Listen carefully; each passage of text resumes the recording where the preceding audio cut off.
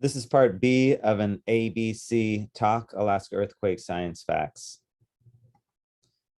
There were two types of devastating tsunamis in the 1964 earthquake: a tectonic tsunami that propagated across the Pacific Ocean, and local tsunamis caused by shaking-induced submarine landslides within glacially carved fjords.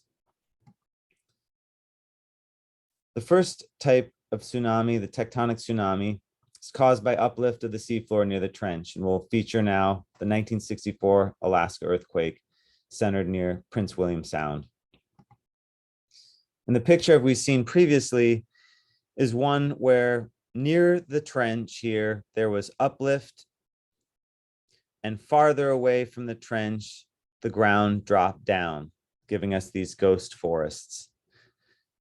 This is shown in this cartoon view here. The plate basically pops up during the earthquake. Near the trench, things go upward, and behind in the back, things drop down. The tsunami is generated. We can think of this big red region going up and displacing water upward, initiating a tsunami that propagates across the Pacific Ocean. One picture of this is shown here from a paper in 1967. These are contoured times in minutes, so about 300 minutes to Hawaii, or 5 hours. Gives you some idea of the time it takes for these waves to propagate outward. So we have sort of modern views on modeling this old earthquake. Here's another map from NOAA giving an idea. The colors are in times, with the reds being, less than 1 hour for these tsunami waves to reach coastal Alaska, about 5 hours to California, shown here, about 6 hours to Hawaii, 20 hours to southern Chile. And so this is showing this picture of how this wave propagates outward. You can see things get complicated in the Bering Sea or these other areas where the waves are getting funneled and reflected off of various land masses.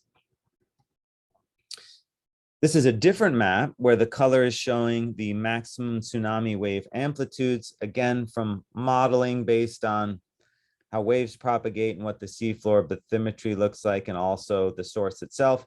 The point here is that these heights are largest near the source, up to it says 2.4 to 18 meters, but also just showing in the open ocean, most of this is sort of beaming toward the western US, California region. It's not really aiming toward Hawaii like 1946 earthquake or others. So this gives a picture of the amplitudes in the open ocean, tens of centimeters. They're not large heights. It's when these waves reach coastal areas that they get much larger and damaging. In the open ocean, they're not that large. And so here's a simulation I'll play. This is actually 1 minute and 25 seconds long. So I'll probably speed this up, but kind of comment on what you're seeing. You can find this link in the end of the part C of these videos. But it's showing elapsed time in hours. We're at 1.5 hours here. Remember, 5 to 6 hours or so to Hawaii. It's showing you the wave amplitude in colored here. And then also along the coastal regions, it's giving a color for the wave amplitude on the coastal area. And that can be above 3 meters, and red here is shown above 3 meters. This is at 15 hours. So you get some idea of, in the wake of the tsunami, as it interacts with the coastline, it leaves behind this run-up, which is often coincides with damage or other destruction in the coastal regions. Okay, we can advance. Here's another picture. This is one from Alaska Earthquake Center showing the maximum wave height in the ocean. So this is similar to what we saw previously, not the previous movie, but the previous image, showing you the kind of what's left behind as this wave height, as the tsunami wave propagates. It shows the largest simulated wave height. And this is, the reds here are 100 centimeters, so tens of centimeters. But it gives you an idea. Again, this thing is kind of beaming to the southeast, is where much of this energy is directed. All right, we can stop that. So the earthquake occurred up here in 1964. This shows the data, the recordings of the ocean level, so tide gauge stations. And these data were used much later, combined with different kinds of geophysical data, like the displacement of the ground in Alaska. The tsunami data were used to try to understand the earthquake itself. So this shows sites all around the Pacific Ocean that were used to better understand the earthquake rupture process in a paper published in 1996. So this is really conveying that the 1964 tsunami sent waves everywhere in the Pacific Ocean. That is a tectonic tsunami, and that's going to be distinguished from these local tsunamis that we'll see at the end. And this is just to say, so this is showing a model of the slip that occurred near, this is Kodiak, Anchorage, and showing how much slip occurred in these areas. So the slip occurred here. This is really on the plate boundary between the Pacific plate going down and the North America plate on top. So this picture is really, you want to think of the contact between those two plates, and it's the slip that occurs across that interface that ultimately causes the seafloor to be displaced, and that causes the tsunami. So this study is about using tsunami recordings from far away to gain some understanding, to improve our understanding of the kind of slip that occurred across the plate boundary at depth. And you can see these numbers are pretty staggering. I mean, dark one is 20 to 25 meters. You think about how much ground is moving by 25 meters relative across this plate boundary. It's a lot of mass moving. So looking far away from Alaska, to sort of drive home the point of the damage that can occur far away, just like we saw in Hilo, Hawaii from 1946, we'll be looking at, this is from the summary report published in 1966, secondary damage effects of the earthquakes reached far beyond Alaska as sea waves generated on the continental shelf spread across Pacific Ocean to Hawaii, Japan, and Antarctica. As the train of sea waves advanced southward, it spread damage in British Columbia, Washington, Oregon, and California. Crescent City, which bore the brunt of wave damage in California, 12 lives were lost despite a 1-hour tsunami warning. 8 boats were sunk, 3 are unaccounted for, and 15 capsized. Dock harbor facilities and the seawall were heavily damaged. 54 homes were destroyed, 13 were heavily damaged, and 24 were slightly damaged. 42 small business buildings were destroyed, 118 were heavily damaged, and 29 were slightly damaged. Fires were started by the rupture and explosion of 5 bulk storage oil tanks. So that's kind of an exceptional amount of damage for one place that happens to be kind of receptive to tsunamis from all over the Pacific, including the one we saw in 1964. And this is sort of modern Crescent City. It's known for this tsunami.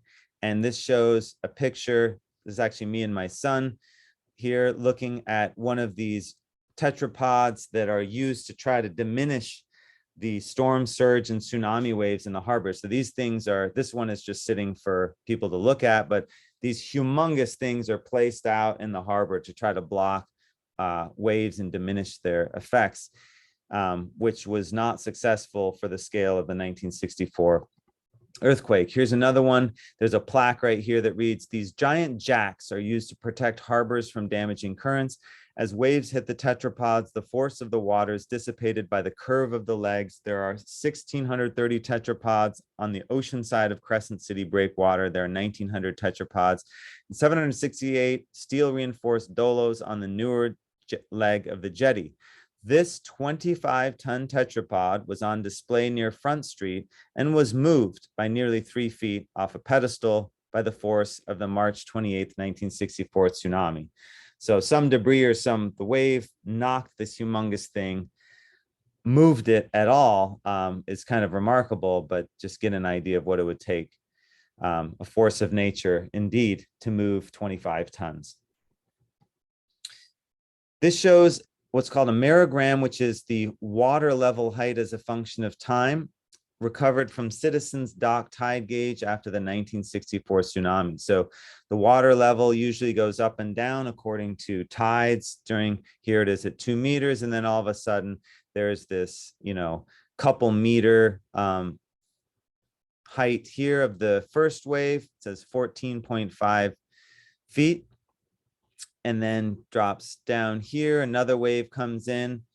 The instrument house was knocked over as the third positive wave arrived, and the dashed line are just reconstructed based on eyewitness accounts, trying to get an idea of really what happened. But one of the messages is there's multiple waves. It's complicated. There aren't even data to corroborate exactly what happened, but it's sort of, this is an hour since the earthquake. It takes time for the waves to arrive in California, and it takes times for these different waves to come, and each one causing different level of damage.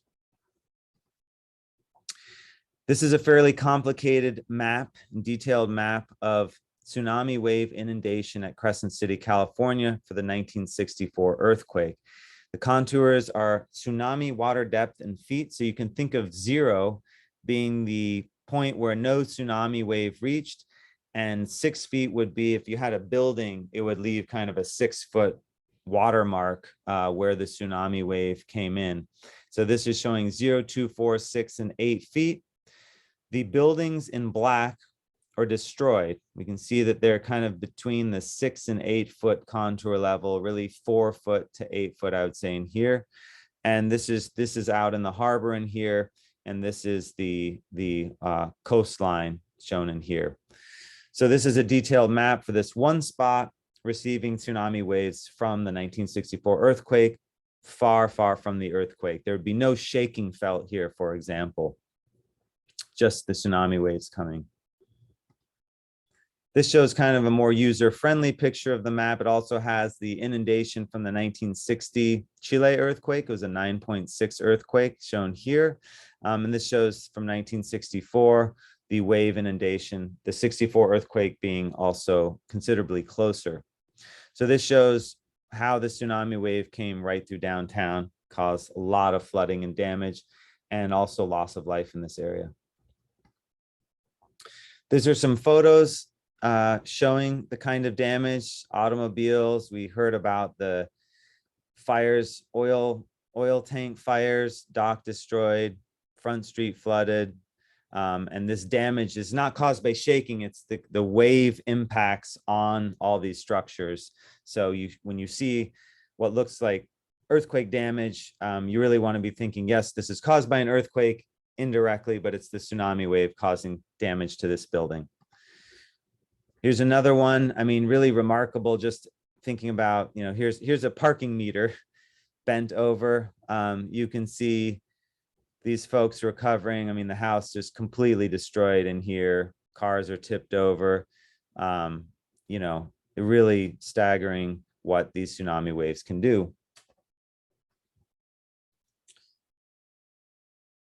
This shows a set of cars just jumbled up, kind of a reminder of the era too, in 1964 era vehicles, all the damage down one of the main streets. Meanwhile, 2,700 kilometers from Crescent City, California, and much closer to the earthquake source region, we'll check out Kodiak.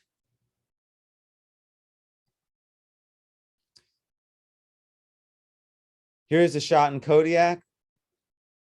Again, piles of cars, extensive damage. In this case, it's the same tectonic wave, only Kodiak is much closer, and the damage was more extensive. But when you look at that, you see boats that are up on land. There are vehicles destroyed, thrown against each other. The structures are damaged. Really, when you look at this picture, it's hard to see, what well survived. Probably these vehicles in here have come after the fact. I don't know exactly when this photograph was taken. Another picture of the damage from Kodiak. I mean, this is the top of a house. I'm not sure where the bottom is. You have boats in town, just extensive damage everywhere you can see in here. Not so much in the back where things get higher, but the wave in the foreground clearly caused a lot of damage and debris movement. Here's downtown Kodiak before the 1964 tsunami. You can see there's a road in here with cars on it. This is near the waterfront, fairly industrial, fishing oriented town. And the photo after this tsunami is shown here, and I'll try to tie your eyes. They're not exactly the same perspective, but you can see, for starters, there's a boat here and there's a lot of dark space in here. So it's not immediately obvious that these two photos are exactly the same thing, but I'll put some annotations so we can compare the before and after. So here's the before. I've put some circles on buildings that are apparent in the following image, but keep your eyes on everything in this region right here, sort of in between this portion is where extensive damage occurred, and even including on this section of road. So here's you can see just there's nothing there in here. There's this structure shown here which survived, but in this region, and here you see a boat is a new piece. So I'll go back. Here they are again. So all these structures in here. And the boat would wind up somewhere in here. So we'll see a couple photos more closer in, but you can see this scale of what water damage can do to this coastal area. This is another shot from Kodiak. Here's a boat, but you can just see what has been the damage from the tsunami, anything that's kind of off kilter or splintered at this scale. I mean, look at these are probably shipping containers or something that are knocked over like Legos. You get the scale of things by looking at the road in these vehicles. So this is kind of wrapping up the main sort of takeaway that tectonic tsunamis, they are caused by when the seafloor is displaced during an earthquake. And so the cartoon picture here is that this upper plate kind of uplifts near the trench, that lifts up water, and that starts the tsunami. That's the simplest and most important kind of tsunami to think about. However, 1964 brought exceptional circumstances to thinking about tsunamis, and that's the last part that we'll be focusing on. So this is the end of part B. Check out the next video in the playlist to go to part C, and all the credits and notes are at the end of part C.